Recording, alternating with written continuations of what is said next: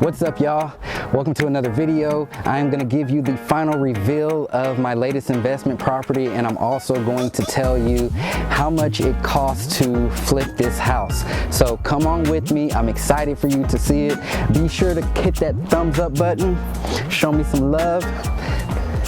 Oh, and if you're not subscribed yet, go ahead and subscribe. Welcome in.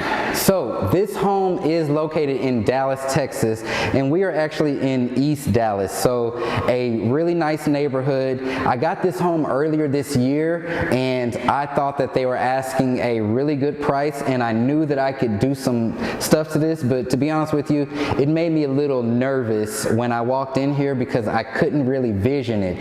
And so some of the major things that I did was I opened this up, right? This is now an open floor plan. Before, there was a whole wall here, and it was separating these two living areas. Also, right back here, there was another wall separating this kind of office bar area. If you remember from a previous video, you remember that, and if you don't, go back and watch that video of when I bought this house. But I want to tell y'all how much it costs to flip this house. So let's start with the kitchen, because the kitchen is a very important part of the house, and this kitchen was very bad. I mean, it was a galley kitchen. It was dark.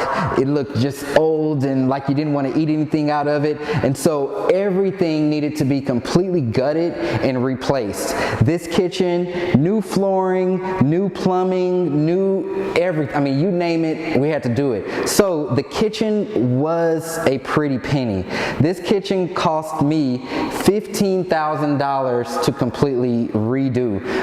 Luckily, since it was open, you know, I was able to use the same floors and kind of the same finishes, but it was still pretty expensive. So you see, we did the chopping block for the countertops, and my idea, instead of putting cabinets all over the place, because we got a lot of cabinets, but this kitchen is not very large, decided to do these two shelves here just to give it more of that open feeling. And then over here, I added this whole thing right here to be like a pantry and a coffee bar area, because before it was not pretty at all. And so I'm super proud of this kitchen. I love the backsplash, but it did cost a bit. Now, one thing you probably noticed in this home is that all of the windows are new. Well, I was hoping to keep the same windows that I had before, because they weren't bad windows, except the weather stripping in the windows was coming off in every single one of them, and it couldn't be replaced. So what I had to do was replace all the windows. That was $7,000 to get all new windows and to get them installed, which wasn't such a bad price considering my last house. I spent like $12,000 on those windows, and they took forever. This is a pretty proud project of mine. I wanted to do something that would just separate it from all of the other homes. This wasn't expensive to complete because it's essentially just wood on the wall in this nice design, and then we painted it all one solid color. So it was mostly just the cost of the paint and cost of the wood, and it was very minimal. Now, one big expense that I had to do when I first got this property, if you remember, there was a pool back here in the backyard. The only thing about that pool was that there was no pump, there was no anything, so instead of trying to restore it, we didn't really know what we didn't know how much it would cost. So what I had to do was completely demolish the pool, fill it, and it took a while for this grass to start growing, but luckily it panned out. But let me just give you some advice. Don't buy an investment house with a pool unless you're comfortable taking on that expense, because that expense was $12,000 to get that pool completely redone and everything. So Now let's go into some of the other areas. Back here we have all of the bedrooms. Now the bedrooms do have carpet. That's a great way to save money. However, you want a higher quality carpet so that it's just not like way too cheap looking. And so we did carpet in all of the bedrooms, and they look good. They contrast with the floor well. And so now we're in the primary bedroom. Got all new doors everywhere in the home. Now doors were an expense, so we spent like $3,000 for all of the doors, including the exterior and interior doors. But I didn't want to get, you know, just those plain doors. I wanted something with a little, you know, just a little character to them. So that's why it was so expensive. Plus, it's hard to find doors, so I was already paying a premium.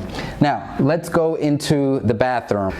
So here in the primary bathroom, completely redone again.